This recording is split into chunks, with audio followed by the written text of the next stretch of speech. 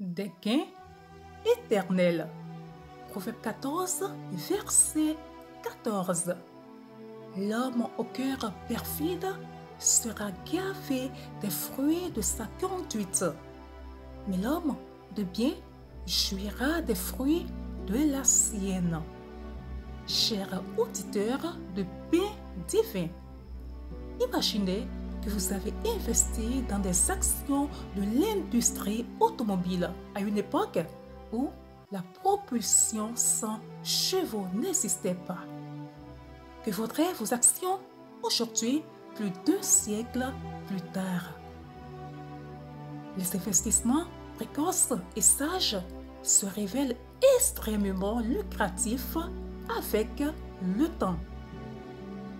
Quelques francs investis il y a plus de 100 ans peuvent valoir des millions aujourd'hui.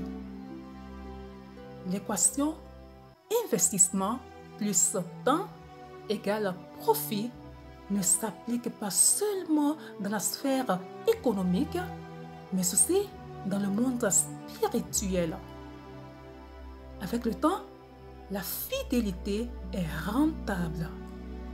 Et dans l'économie de Dieu, le temps ne se mesure pas en termes d'années, mais d'éternité.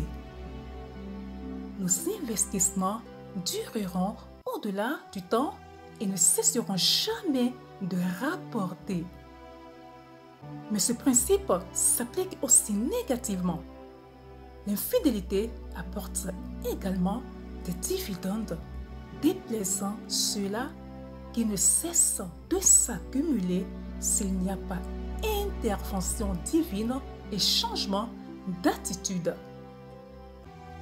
On récolte ce que l'on a semé. Galates 6, verset 7. Ce serait folie de penser que la désinvolture n'aurait pas de conséquences négatives. Il est d'ailleurs tout aussi insensé de penser que la fidélité pourrait ne pas apporter de récompense. Elle en apporte, même s'il nous faut attendre. Dieu n'agit pas de manière incohérente. La personne dotée de sagesse reconnaît ce trait de caractère divin et sait qu'il récompense ceux qui le cherchent vraiment. Bien-aimés, apprenez à considérer vos actions d'aujourd'hui comme éternelles. Elles n'apporteront peut-être pas des gains ou des pertes visibles immédiatement, mais elles ont l'éternité pour développer leurs dividendes qui peuvent être phénoménaux.